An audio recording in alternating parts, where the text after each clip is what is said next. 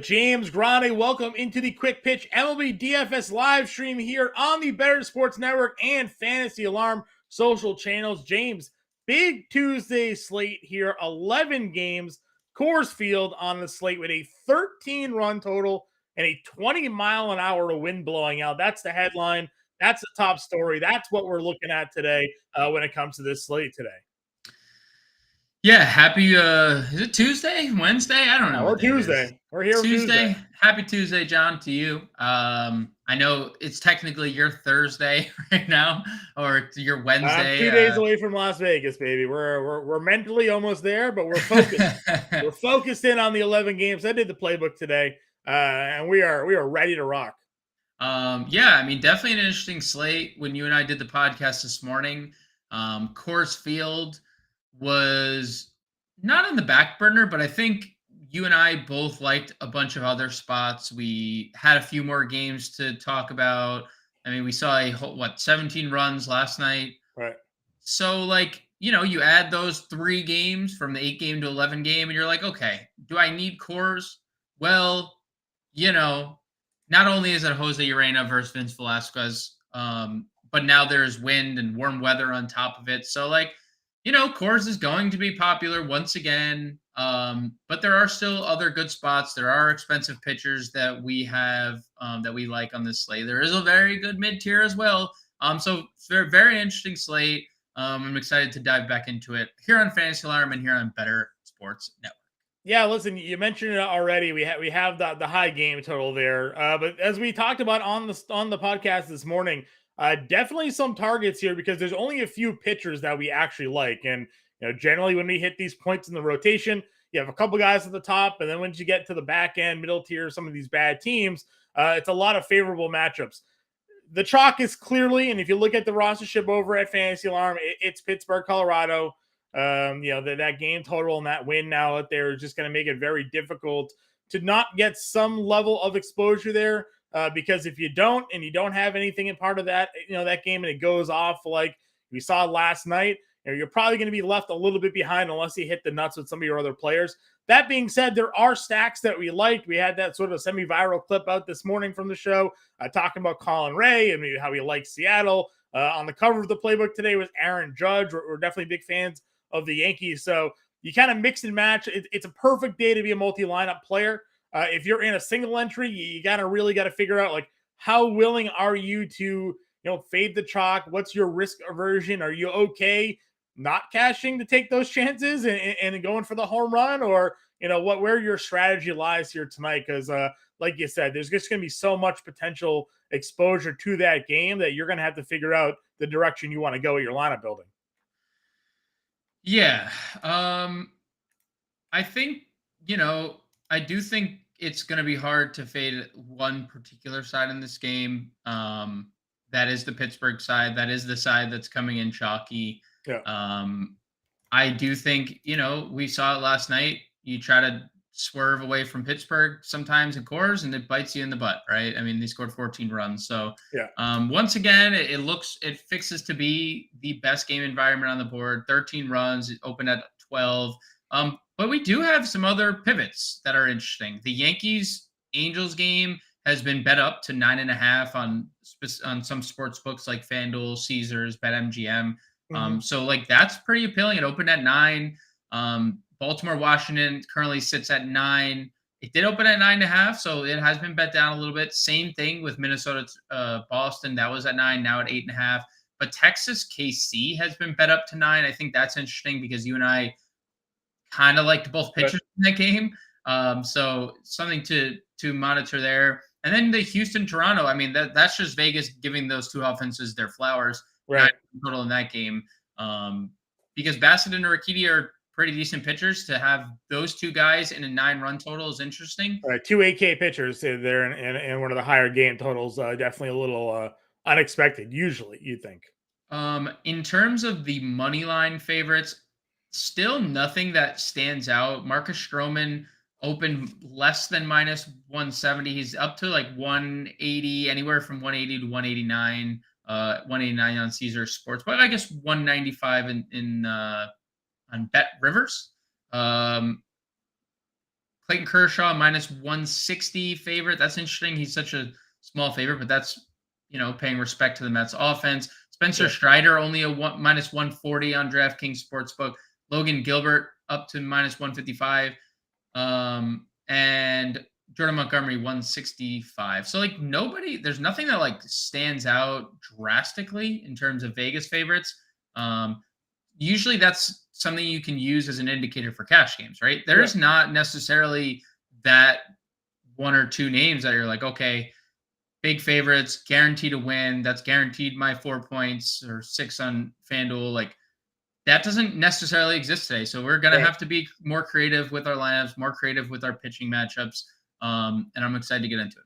Yeah, let's jump into it. Like you mentioned, at the top of the pitching slate today, we got Spencer Strider. This is a matchup where, again, San Diego at times, that lineup on paper, terrifying, right? You look down, Xander Bogaerts, Soto, Machado, there's so much talent there. They'll be getting Tatis back soon. But then they're also an offense at times just gets blanked, right? And we're looking at a pitcher in Spencer Strider, 3 straight games here with 9 strikeouts to start the year. He's been fortunate with that K rate. It allows him to kind of rack up the fantasy points, 19.1 fantasy points against San Diego already on DraftKings without getting the win in that game. He allowed 3 runs over 5 innings, but he had the 9 strikeouts through 100 pitches. The elite strikeout potential for him, if he does right the ship here a little bit, maybe, then there's obviously the potential for him to lead the slate in scoring. It's all about pricing, though. Can you get to 10-4 tonight, given the 11-game slate with the high price total guys that we're looking for to fill in our lineups with the bats here? To me, he's the clear top guy. Kershaw against the Mets is fine at 10-1, but Kershaw certainly has been, exposed a bit at times this year as well. No sure thing. Montgomery, we love at home, but Arizona's been laying the wood to a lot of teams lately. So tough to want to go ahead and trust Montgomery here. For me, I'm either going to throw it at Spencer Strider tonight, or I'm going to be going down into that 8K range, and everybody's playing Marcus Stroman. Yeah, I mean, relief pitcher Spencer Strider definitely in play here.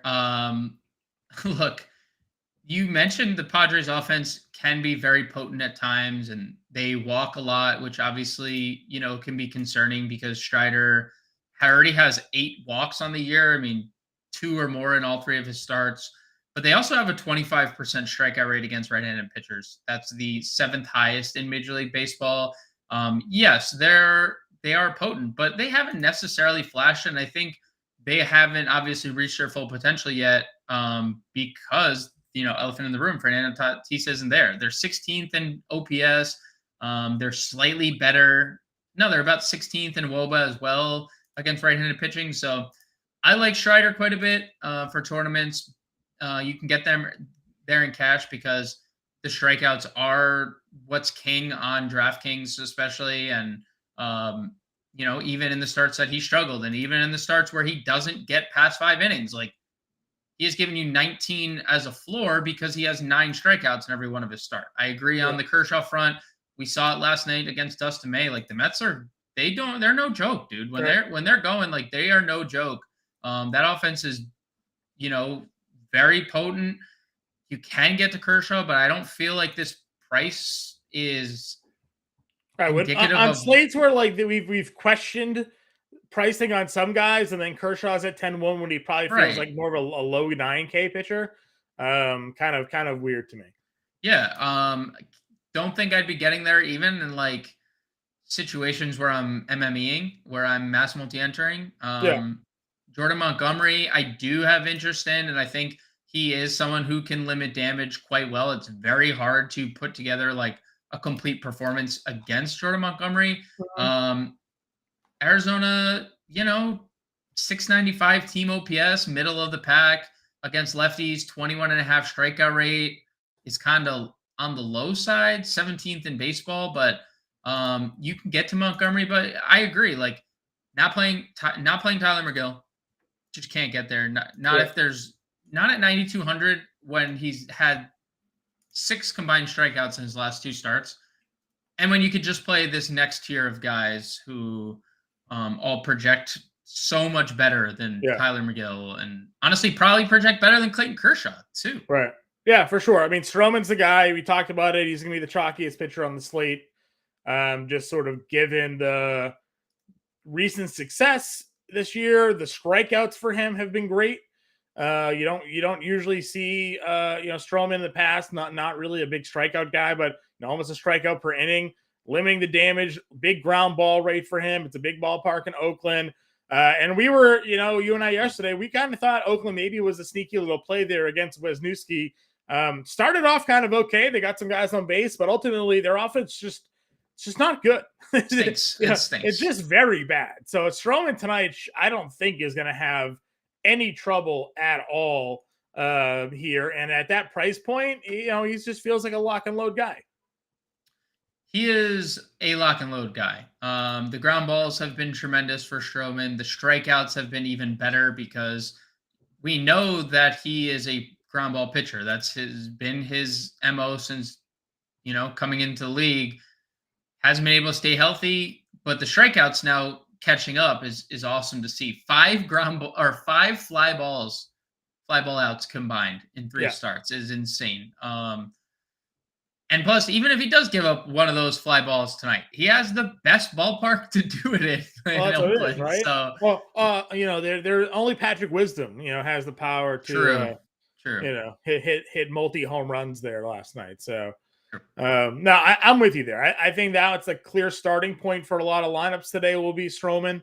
And then it's all about where you go next. We have discussed the Red Sox lineup and Sonny Gray's pretty good start, but randomly gets pulled 5 innings, 76 pitches the other day. Boston at home, their offense has been pretty good. Yoshida's back to hitting cleanup. They got Devers and Verdugo. They got some lefties in that lineup against Gray. Logan Gilbert gets Milwaukee, who we always talk about. Either Milwaukee gets shut down or they hang up 10 runs on you. We love Gilbert. We think he is a stud of the making, if not kind of already on the come there. I think he certainly fits into a lot of lineups at 8,500. But I was surprised, and I don't know what your thoughts are here. Blake Snell's rostership expectations here tonight, a little surprising to me. Against Atlanta, a lefty. I know there's strikeouts upside there, but I mean, he hasn't been all that good. He faced Atlanta already and gave 4 runs in 3 innings in that game. They drive up pitch counts on him. He's not efficient. If you're telling me 30% of the field is playing Blake Snell tonight, I'll gladly give them that. Yeah, I mean, I don't know what the field necessarily sees other than price. But when that's the discussion, it's like, okay, but in the same tier of pricing, we have Stroman, Gray, Gilbert, who are all in better spots. Right. You'd think better spots. Well, I mean, no, it is. Atlanta is 3rd in OPS against left-handed pitching, 877 as a team. They have one of 7 sample sizes over 200 plate appearances. So it's not like they have the least amount of plate appearances in the league to go from. They're in the top half of the league in terms of plate appearances against lefties. 3rd in OPS. 2nd in WOBA against left-handed. The only thing is last year, obviously Blake Snell had those elite home numbers, but again, last year to this year, that doesn't always necessarily follow through. Faced Colorado at home, 4 1/3, 3 earned to open the season, had 9 Ks there. Colorado stinks. Went into Atlanta, lost, went into New York, obviously got hit around there, 9 walks in those 2 games. I'm just, again, not an exact science, this draft percentage, prediction game here, but I saw 30% and I was like, thank you. I guess I'll take the field till 30%, taking Snell here in a tough spot. John, I would rather knowing that, because when I saw that too, I was like, I'd rather just stack Atlanta. I would just much rather. If you were asking me if I would rather play Blake Snell or an Atlanta stack, I would rather play an Atlanta stack. Yeah, I'd rather play Ozzie Albies and Austin Riley than going with Blake Snell there for sure. Again, that to me just kind of stuck out. I was a little surprised to see that number there on him. If we go down into the next tier, we have a couple of other guys that are maybe a bit more, not controversial per se in terms of takes, but Nathan Eovaldi's just got lit up by Kansas City in his spot. His last start, 5 innings, 10 hits, 6 earned. Did have 7 strikeouts. There is some wind blowing, kind of crosswind blowing out in Kansas City here tonight. We know it's warm, obviously, in Kansas City, so the ball can fly out there. But do like the strikeouts for him. Over a strikeout per inning, essentially for Nathan Eovaldi to start the year. If you can just limit the damage like he did, there's some upside. And then it's Chris Sale, and we talked about this on the show last night. I wrote it up in the playbook here today. Surface level numbers for Chris Sale are atrocious. 11 ERA, right? 2.08 WHIP. None of that's good. But he does have 19 strikeouts here in 12 innings to start the year. It's almost a 30% strikeout rate. Minnesota has a pretty high strikeout rate against left-handed pitching to start this year as well. So a potential good matchup for him in terms of the opponent here. 28.1% strikeout rate against left-handed pitching for Minnesota this season. And then if you just look a little deeper into some of Chris Sale's numbers here, he's got a sub-4 xFIP in Sierra. So, if you're a sabermetrics guy, and skill interactive ERA and the xFIP there with a normalized home run rate, he's not pitching to an 11 ERA. He's pitching closer to a 3.5, 4 ERA, which you can get by if he's going to be striking out guys at a 30% clip. And maybe they pull off the win here tonight against Sonny Gray, and you're able to kind of capitalize on some of the fantasy production here at Chris Sale. Ooh, we just got a Pirates lineup, John. Not good for us. It is a doozy. Let me tell you, it is a doozy. We'll get to that because I think you made a lot of good points on Chris Sale, and but why don't you take a look at it while? Yeah, I mean, I think those two names in Eovaldi and Sale, another two, like I'd rather take shots on those guys than Blake Snell. Right. Truthfully, we're saving money. Yes, Eovaldi just got rocked by the same team. But when you look at Kansas City's offense this year, they've been atrocious. Yes, their top 4 of their lineup is good, but outside the top 4, they are not. They have a 25.1% K rate against righties. They have a 589 OPS against righties. That is now dead last. That is, John, worse than the Detroit Tigers and the Washington Nationals.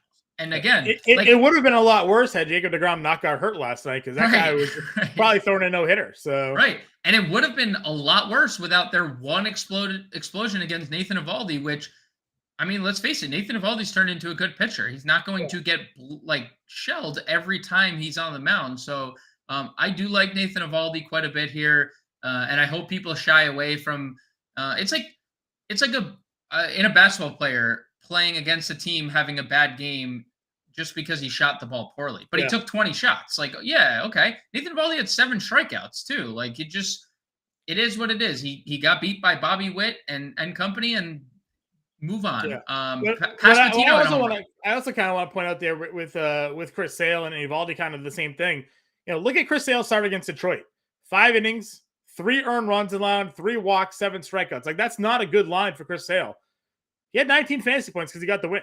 Yep. Right. So if the Red Sox win tonight and Chris Sale gives you 5 innings, 3 earned, 7 Ks, and he gets you 19 fantasy points at 7,500, that's a win. That's exactly the job that needs to be done there. So, if he can go out there again, 28% strikeout rate by Minnesota, if he goes out there tonight and gives you 5 1/3 with a couple of runs, but a high strikeout total, and the Red Sox offense, the way they've been swinging the bat at home, comes through again against Sonny Gray, Chris Sale can pay off that price tag today. So, for us, we like Eovaldi and Sale in that mid tier. But you were right on Jordan Lyles last night, and we're kind of willing to go back to the well with Brad Keller here today. Yeah. So obviously there was no Adolis. So the lineup is slightly deeper. You move Josh Jung back to 5th and expand the lineup. But again, it's just not the same team without Mitch Garver. It's not the same team without Marcus Semien. You have Travis Jankowski hitting 2nd, who in his first at bat bunted last night. Like that just goes to show you the difference in 2 hitters. Travis Jankowski, Corey Seager, right? Yeah. Like you're worrying about a 2-run home run, not like bunt Marcus Semien over to 2nd and try to leg out a base hit in the first inning. And the end of the lineup is Gross, man. And that was a good play on words because Robbie Grossman's hitting 6, John. Yeah. Ezekiel Duran 7th, Brad Miller 8th, and Sandy Leone 9th. Like, it's just both teams in this game, it's a Spider-Man meme.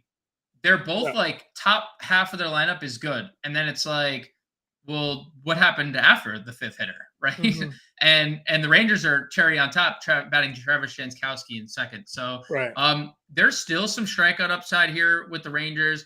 Just under a 23% strikeout rate is interesting. They do have obviously the power upside. They don't walk a lot. So, Brad Keller, anywhere around the zone. I mean, this guy can be a little wild at times. We've seen 4 and 3 walks already. So, like, this kind of plays into his hand. Like, he can make bad pitches that the Rangers swing at, and soft contact comes after that. So super early in the season for him, but he's working off of a career best K per 9 at the moment. Right. But a lot of the numbers for him like aren't awful. He's got a 2 ERA. He's not a 2 ERA pitcher, but his FIP is 3.97. So it's not like we have these guys where we talked about like Kyle Freeland, Zach Greinke, where they're pitching to a 2 ERA and their FIP is 6 or 7. Brad Keller's a 4 ERA pitcher. He's currently pitching at a 2 ERA, but his xFIP isn't worse than a 4 ERA, right? He's basically right in line with what he should be for his career, which can be serviceable in the right matchup. And he's home in Texas, like you mentioned, after that top half is beatable. So, if we're looking for some value on this slate today, I think for sure Brad Keller is someone that has some interest to me here. But other than that, I don't think we're looking anywhere else here, right? No. Just to add one more note on Brad Keller, 53% ground ball rate as well. So anyone trying to hit the ball in the air is just going to have a tough time against him. Yep. Making a bunch of divots in the ground against Brad Keller there. Yep. Over at the catcher position here, we got obviously some lineups are filled in, so we got a better idea of who's playing and who's not. I generally am not one to spend up for catcher, but we do have, Adley Rutschman against Josiah Gray as a matchup we generally like here. You mentioned Gray not giving up as many home runs because he's not throwing his fastball. I don't know how long you can get away with not throwing a fastball in the major leagues. Eventually, they'll just start sitting on your breaking ball. Rutschman's at $5,400. That's fine. Sean Murphy, you mentioned maybe just stacking Atlanta's a way to go. He's $4,600 here against Blake Snell. Starting to heat up. And then we hit our mid-tier guys.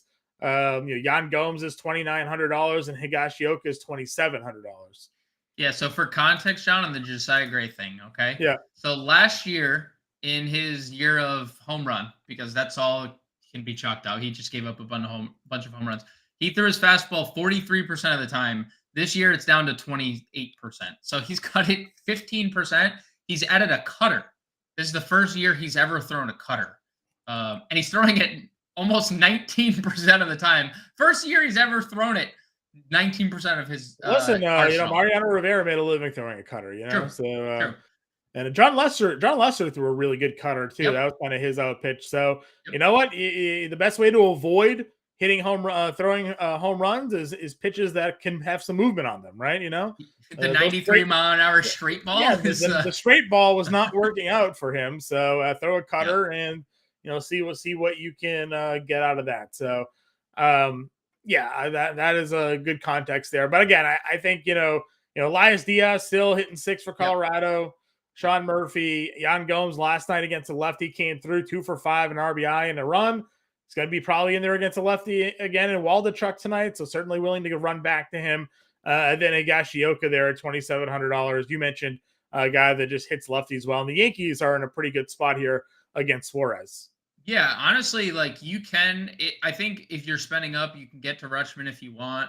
And you can obviously play the catchers in cores, other than Elias Diaz stranding 6 batters last night and, grounding into a double play with the bases loaded. Not going to be salty about that at all, but you could definitely play that. But I do think it's the 2 guys you mentioned. Higashioka has a lot of power against left-handed pitching. He only has power against left-handed pitching.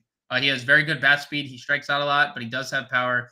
And Yan Gomes has been notoriously good against lefties. He's free. He's against a guy who's already allowed 6 home runs to righties in 13 innings. So. Yep, I'm with you there. First base position again, where we can get a little bit different. There's a lot of top price guys here. CJ Cron's hitting fourth.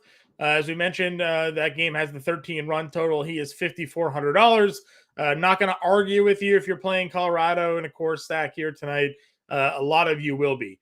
If we're going off of course here, though, at first base, I think Ty France at $5,100 is a spot to target in. And then for me, I mean, do you chase the Freddie Freeman home runs? I mean, the guy hit 2 last night.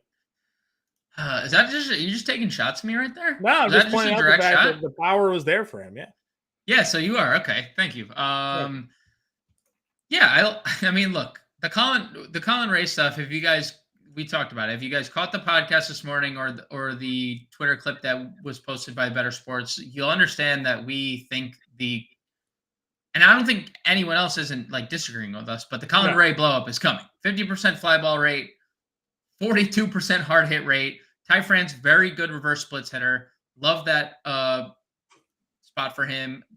You know, talk about power. That's been the main issue for Ty France.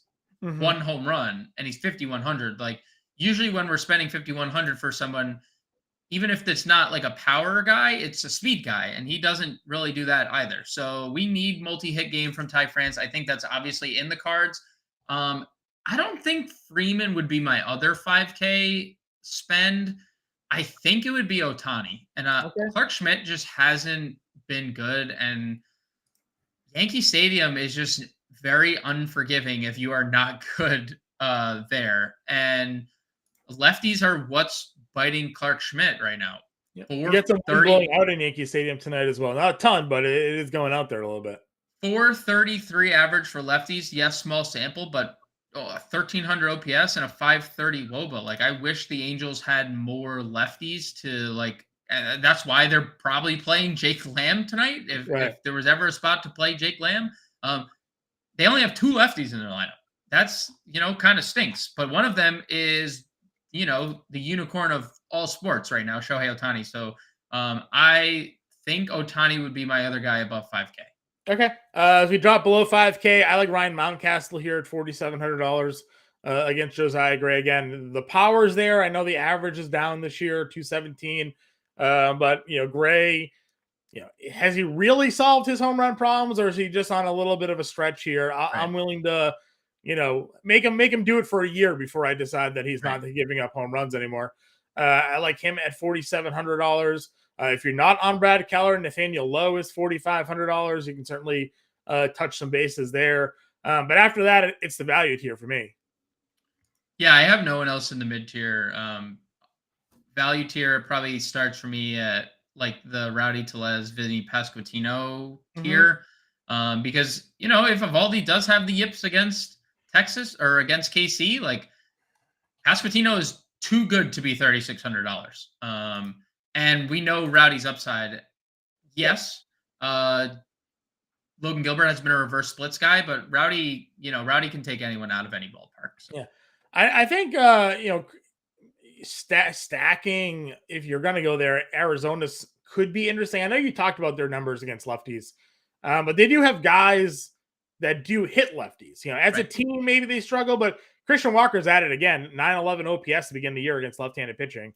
Could certainly be a guy that hits for some power. He's $3,400. Carlos Santana's down here. He's in the lineup again tonight. We talked about it on the show this morning, and then again yesterday's podcast.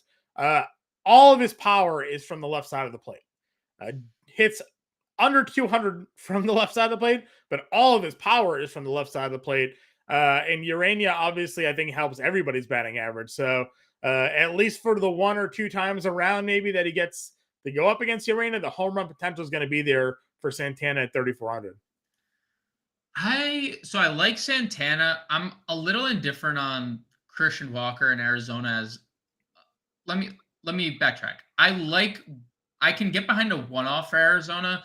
I think it's been like very hard to stack against Jordan Montgomery in like recent years. I mean, you look back to last year, there was only 4 starts that he made where he allowed more than 1 home run.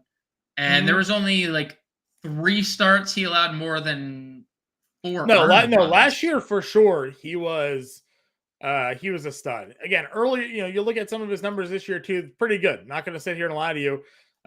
Pittsburgh 6 1/3, 2 earned. Toronto 5 innings, 3 earned. Shutout Milwaukee. Right, totally in agreement with you there. But I'm just saying, Arizona, they've just been tagging guys we Sure. didn't think that they were going to get to. Ketel Marte has an over 800 OPS against lefties. Christian Walker's got an over 900 OPS against lefties. Now, they do have some guys in that lineup that could do some damage. It's not the most ideal ballpark for offense, obviously being in St. Louis. And last year, Montgomery had ridiculous home splits as well. So yeah, maybe if you feel more comfortable with the one-off, Walker's probably the guy you would take a shot for just for the power. But Yep. I don't know, man. Like I said, maybe I'm just a little shell shocked still about the recent games from Arizona. With some of the offensive numbers that they put up. Again, getting to last 2 games for them, 11 runs. They got the Flaherty and they got Alcantara before then. So just something to put in the back of your mind, I think. John, brutal news. Not really. So who got ruled doesn't out? matter. Doesn't matter to the slate. Jeffrey Springs to undergo Tommy John surgery for Tampa Bay. That is a tough break for Tampa. Unfortunate. We kind of maybe thought that was the case though. He throws the pitch, he gets a numbness in his fingers. He's looking at his elbow. Generally in baseball, that only means one thing. So yeah, it's so sad. Unfortunate. Speedy recovery, Jeffrey Springs. Hope for a speedy recovery. Yeah. I mean, listen, it happened early enough this year that maybe he'll come back sometime next year. But tough for Tampa Bay. He was looking like an absolute stud for them, but they'll find another starting pitcher like they always do, and he'll be just as good. So Yep. Any interest in Dom Smith down here at 2,600 against Kramer? We don't think Kramer's any good. Dom Smith hasn't shown a ton yet in Washington, but they hung 7 runs on the board yesterday. It's $2,600. It's one of those like, okay. I don't know. He's had a couple of good games, and 2 of them were in course. So sure. It's probably like my good friend Randy Jackson once said, it's a no from me, dog. No for you. All right. And the last guy I'll just throw out there is Tristan Casas. Back-to-back games with hits for him, hitting 6th. He has a 160 batting average in balls in play. It's not good. Yoshida has a 180 batting average in balls in play. Eventually, maybe those things will turn around for them, or they won't. I don't know. But Casas here against Gray at 2,500. If you're stacking Red Sox, I mean, he'll help you get Devers and all those guys in your lineup here tonight. On over to second base here. We actually like the second base position a lot tonight. There's some good value in this one. Gleiber's hitting cleanup at $4,700. Ryan McMahon at $4,500, hitting 5th in Colorado there. Where Nico Horner stands at 44. Ozzie Albies at 4,400, hitting 5th. I mentioned Marte's got an over 800 OPS against lefties. Nolan Gorman's $4,200. This is a pretty strong second base group for us here. Yeah. How would you rank it? I guess for me, the Yankees probably would be first because I am over the field on Yankees exposure today. How would you break that tier down? Because it is a lot of really good spots. Yeah, I think I go Torres, McMahon, Albies, but I don't feel good about putting Albies behind McMahon. It's just the environment for McMahon puts him ahead of Albies for me. Yep. But it's really close. All of those, if you put any one of those 3 in your lineup today, I'd be like, yeah, that makes sense. Right. I wouldn't really argue one over the other per se. Obviously Gleiber hitting cleanup is great. Albies, we know, has the power. Snell does have the strikeout upside, so maybe that makes it a tougher matchup for Albies over Suarez or Velasquez here, which is why I put him 3rd. But yeah, it's probably Torres, McMahon, Albies for me. I might squeeze LeMahieu in there. I like the hitting. I like him hitting 5th today. But I largely agree on those other 3 guys. We were in on Bay, but now he's hitting 7th. Does that change anything for you on him? Yeah, probably a little bit, especially considering he's 4K. I'd be okay with it if it was, 3,100, 3,200, but not quite the wraparound ability there at 7th either. Not great. They have who's their other second baseman that's in the lineup? Tucapito. Yeah. Tucapita. He's hitting like he's second base outfield eligible. I'd rather just like punt that at punt him at 2K. He's hitting. That's more over 5 on the year, but he is in fact in the lineup. 201 career hitter at the major league level. So 201 hitting eighth, 2K multi-position eligible, $2,000 less than the guy hitting one spot above him. You play Tucapito at second base at 2K or Jaron Duran hitting ninth for the Red Sox at 2K? That's a good question. I'd probably just not play either, but if I had to pick, it would probably be the guy in Coors Field. Really? Okay. I would take Duran over him. No homer bias, but I think I like Duran. We mentioned him on the podcast. Like that, it's not like that I don't like. I like the eligibility for Marcano a little bit, and I like second. I guess I could be swayed to play Duran because Tucapito has second base eligibility, and maybe on a different slate where like usually we're like, nah, second today is like just whatever. Today it's not just whatever. No, listen, we talked about the top guys, but even in the value tier here, if you go past Bay, Dubon leading off again for Houston. Yep. Here, $3,100. I mean, you called it yesterday. It's like at the very least, he's going to get you a single. 1 for 3, a run and an RBI, 7 fantasy points at 3K. Right. And Bassett obviously hasn't been shutting anybody down here. Oswaldo Peraza got called up. He's hitting 6th. Mm-hmm. It's only for a cup of coffee. He'll be gone tomorrow, but immediately goes in the lineup, hitting 6 against Suarez at $2,800. I mean, second base shortstop eligibility for him too. Not that we're going to play him over Volpe, but if you wanted to play him over Gleiber today to save some money, you certainly could. There are definitely some other value guys down here. Luis Garcia against Creamer, dude, $2,200. Mm-hmm. That guy's got hits in 5 of 6, 6 of 7, something like that. Homers in 2 of the last 3. I would play Luis Garcia before I played Tucapito here. So that's my. I guess I don't disagree with that. I also just keep thinking that you're going to send me your lineup after the stream, and you're going to have way too much Washington. I'm going to have to talk you off that ledge. Well, I'm going to have to talk you off that ledge.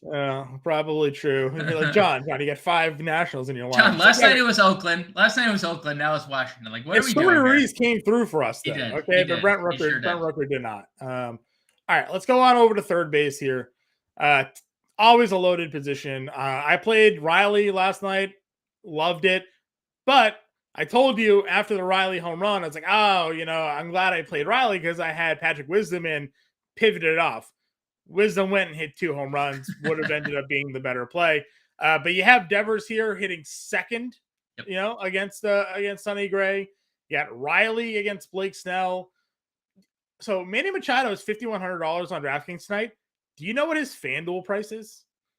Do you want to take a guess what his FanDuel price is? 36? 32. $3,200 for Manny Machado over on FanDuel today. That's a little disrespectful, but they're adjusting to current times, right? Adjusting to how he's playing.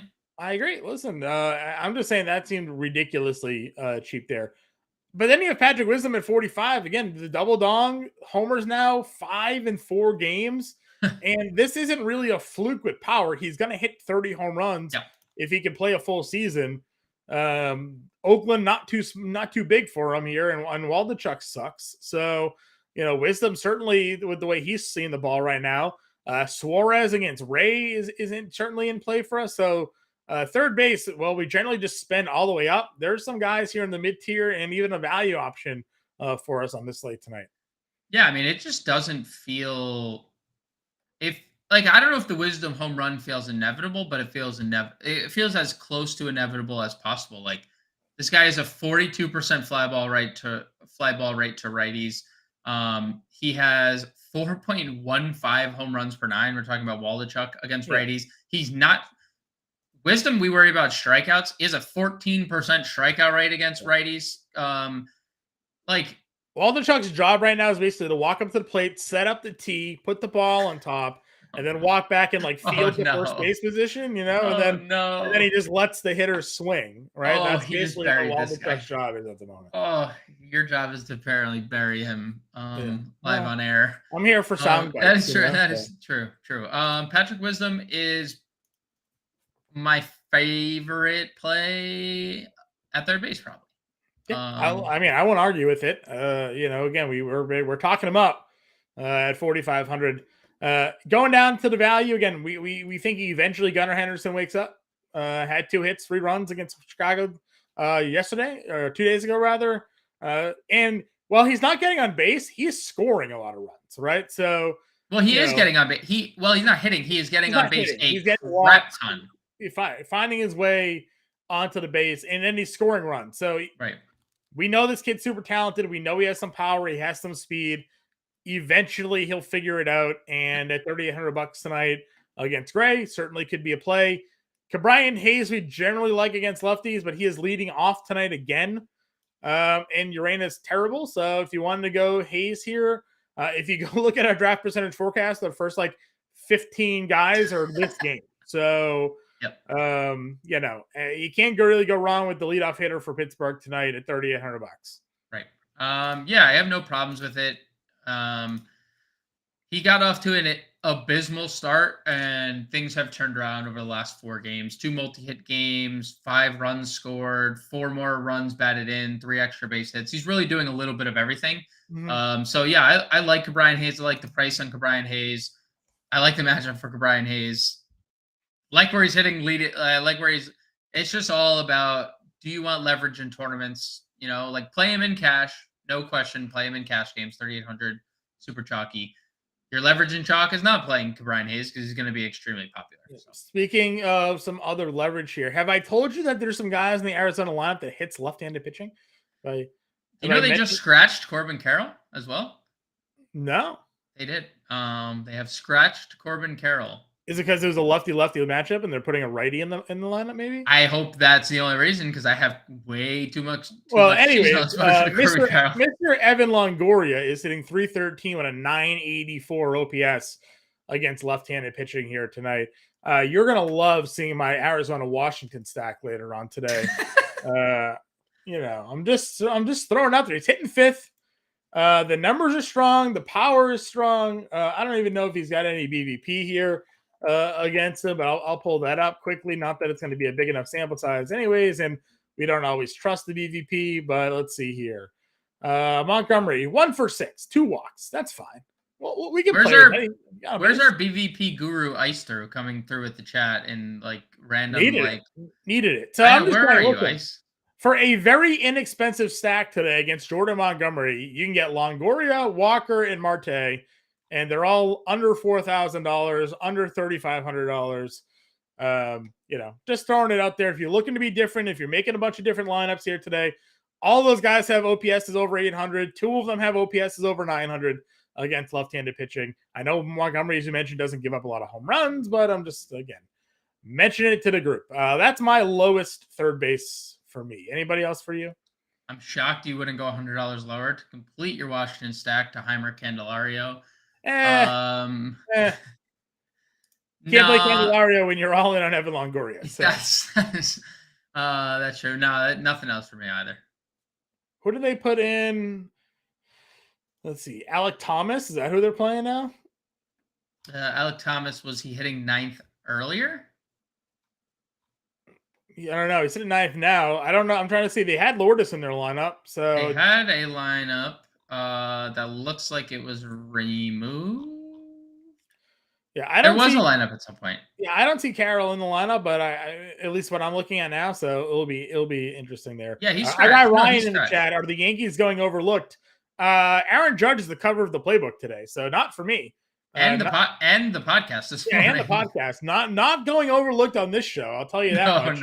But you know what? Pittsburgh went overlooked by the field yesterday and was not overlooked by this show either. So, hopefully, maybe you're right. I hope that's true. I hope that we get the Yankees at 12% and lower tonight. We're out there with Volpe and Judge and Gleiber or Oswaldo Cabrera or Higashioka, and we're all making some money tonight because we definitely like the Yankees here as an alt stack for lineup. So not here, but I like him for sure.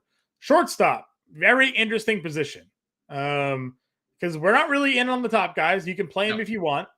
But I think Jorge Mateo at $4,200 is the way he's been playing right now with some power and speed. Certainly very interesting. Volpe is leading off here at $3,300 against Suarez, and we know that there's going to be some pretty interesting rushes probably going in that direction tonight, especially now that you mentioned they came out and said like he's going to hit leadoff for the Yankees, which is where they need him. 3 stolen bases the other day for him. And then James, I don't know if you know this about Nick Ahmed, but he hits left-handed pitching pretty well. He's $2,600. I hate it here. On the year, he's hitting 368 against lefties. Listen, I'm just spitting numbers. All right. I'm just saying that Arizona, despite what their seasonal team statistics say against left-handed pitching, they have a lot of guys that hit left-handed pitching in their lineup today. So Nick Ahmed all the way down to $2,600. Guys. Hey, Michael Mann, how you doing? Yeah. Michael Mann, shout out to you in the chat. How's it going, brother? Happy Tuesday. Yeah, listen, Michael, if you got any questions, feel free to throw them in the chat. We're out here. We're making lineups, mostly Washington and Arizona stacks today. But we're Michael, we're never gonna see you again, and we can blame John for that one. I know. No, listen, we're just looking for something other than playing the 13 game total there in Colorado, Pittsburgh, because everybody's on it. They're all in play. Build a lineup around it. 100%. It makes sense. But if you want to play CJ Abrams from Washington tonight, he's also in a good spot hitting 8th. Any other shortstops? You obviously I jumped around the tiers here, James. I really just wanted to hammer the Nick Ahmed point home. Where are you going at shortstop tonight? I mean, I'm mostly living in this Grisham Volpe range, and mainly because I'm paying up for Aaron Judge, and you need salary savings somewhere, and we're gonna find it. And I also, truthfully, I'm gonna sprinkle some Pirates, I'm gonna sprinkle some Cubs, and there's expensive pieces of both those stacks. So Volpe just fits the build. I think Swanson would be the guy I'd pay up for. Back-to-back games with stolen bases, back-to-back multi-hit games. Another guy who's not really flashing any power, but multiple double-digit. More double-digit fantasy point games than he doesn't have. I like that Chicago's running. They do a lot of double steal plays. That's where Swanson had it. Horner's been getting a lot of double steals. I'm obviously there's a lefty on the mound, so you would think it makes stealing a little bit tougher, but Waldichuk may not be long for this game, so stolen bases could be in play there. I'm with you though. I don't really. Listen. If you don't believe in Sale, Correa hits lefties really well, But again, for me in that 4K range, I'm just going to Jorge Mateo. He's got 8 stolen bases already on the year, 3 home runs, 372 batting average. It's just a really good spot for Mateo. I just wish they wouldn't hit him 8th, but at least 8th is close enough to 1, so there was a wraparound play potentially for him there. But that's all I got for shortstop tonight. Yeah, same. All right, let's go on over to outfield. A lot of expensive players. As I mentioned, Aaron Judge is on the cover of our content here today. We talked a lot about Colin Ray and how we like to stack against him potentially tonight. It's the outfielders that we're targeting. Rodriguez right there at $6,200. Ronald Acuna against Snell at $61, especially if we think Snell's going to be highly rostered. Again, our draft percentage forecasts are looking at him around 30% tonight. That makes Atlanta a pretty intriguing stack against. For me, those are the 3 I'm looking to spend up for. Yeah, Judge number 1 for me. Might get a first inning home run. Wouldn't be surprised to see 2 home runs tonight from Aaron Judge. I already mentioned Ohtani at first base. I love Julio Rodriguez. Obviously, regression is coming, Colin Ray, and it's it could be coming here. We didn't mention Eugenio at third. There's a lot of power in this Seattle lineup, so I like Julio Rodriguez. What do you, after seeing Brian Reynolds unowned last night, essentially, right? You've already talked about it. The Pirates were in certain spots popular. Rodolfo Castro was very popular. Brian Hayes was very popular. The rest of their lineup, wasn't. Like Chris Bryant was 5,530 something percent. Elias Diaz was incredible. You know why everybody shocking. was afraid of Pittsburgh last night, though? Because Because Freeland's Kyle numbers Freeland had been so good. Yeah. he'd been so good. People were worried about it. Not us. We told you exactly what was going to happen, and it did. But now tonight, after they hang 14 runs on, I think the ownership flips back over. Plus, Uranus on the mound. If anything, people could be looking at what Vince Velasquez just did against St. Louis, and they're like, "Ooh, Colorado only scored 3 runs last night against Pittsburgh, and now they got Velasquez who came off a good start. Maybe Colorado's the low roster back. Everybody's looking to go against Urena tonight, so the ownership goes back. But still, Reynolds at 5,800 feels difficult to get to, but you're not stacking Pittsburgh without playing Reynolds, you'd think. So, that one's a tough one. I am currently on the side of using Reynolds. But like you said, like if you're playing Pittsburgh, are you not including their best player? Are you not including their 2-hitter? Like what's your stack going to look like? Are you just playing their cheap guys after Brian Reynolds? I mean, that doesn't feel. Connor Joe's hitting third, but you're playing Sawinski and Bay as a 2-man stack. Yeah, tonight, like that doesn't feel. That doesn't feel. How like that doesn't feel GPP winning, right? That just feels shot in the dark hope. I also want to yell at the DraftKings algo here because they gave us like 6 guys in the 4K tier and they gave us 100 in the 5K above. Because I don't really care for really anybody in this 4K range. There's like you can play Yoshida, Verdugo, like those are fine plays, but you know, Burleson hitting second, Charlie Blackmon at 4,100 is okay. We talked about Bay at second base, he's 4K. You know, but there's not a lot of quality between McCutcheon at 5K and then getting down to the 3,900 range. Yeah, I mean, I wish like Happ and Buxton were like just a few $100 cheaper. That would have felt really good. That's what I'm saying. They have everybody so priced up at outfield. It seems crazy to me. Or just too cheap, right? It's like it's either one or the other. So I largely agree. I don't think we need to get to this 4K tier. You know, you could obviously take a shot on Charlie Blackmon, 4,100. He's been good at home again. Shocker there, right? Yeah. Being good at home. That's been Charlie Blackmon's MO for his entire existence in Colorado. So you can get there, but I agree. I think it's 5K and up or 3,900 and down. Yeah, Profar 36, Kalanick $3,500. Both of them are going to be fine tonight. I mean, we usually play Lane Thomas against lefties, but he's leading off against Creamer. He's 33. Connor Joe leading off or hitting third, $3,500. Connor Joe for sure, $3,500. Someone that's going to be in play here tonight. Let's see. There's a couple of other guys that are down here. Sawinski's 2,700. We like him. He's hitting 6th. Yeah, you did the pod, said 5-game hitting streak. Pinch hits hit a home run. Yeah, pinch hits hits a home run, right? So like, there's some power here for sure. 2,700.